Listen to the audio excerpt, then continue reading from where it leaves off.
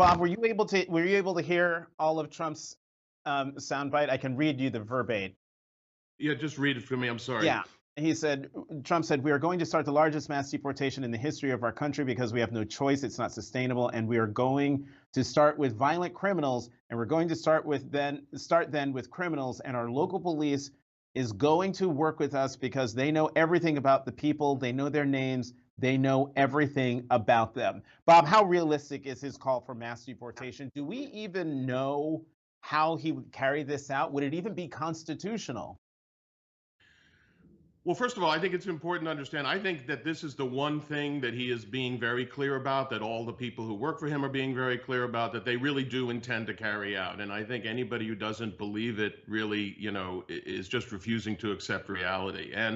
And of course, it's going to be a horrific activity because what's going to happen, well, by the way, which is already happening to some extent on the border, is you're going to have a lot of people stopping people who look like maybe they're not legal immigrants, and we're going to be living in a society where you have to show people your papers.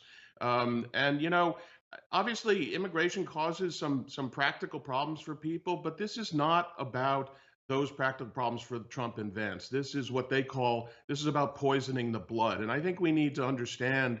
And Americans in general need to understand how much of this is basically a white nationalist project, which is masquerading as an anti immigration movement.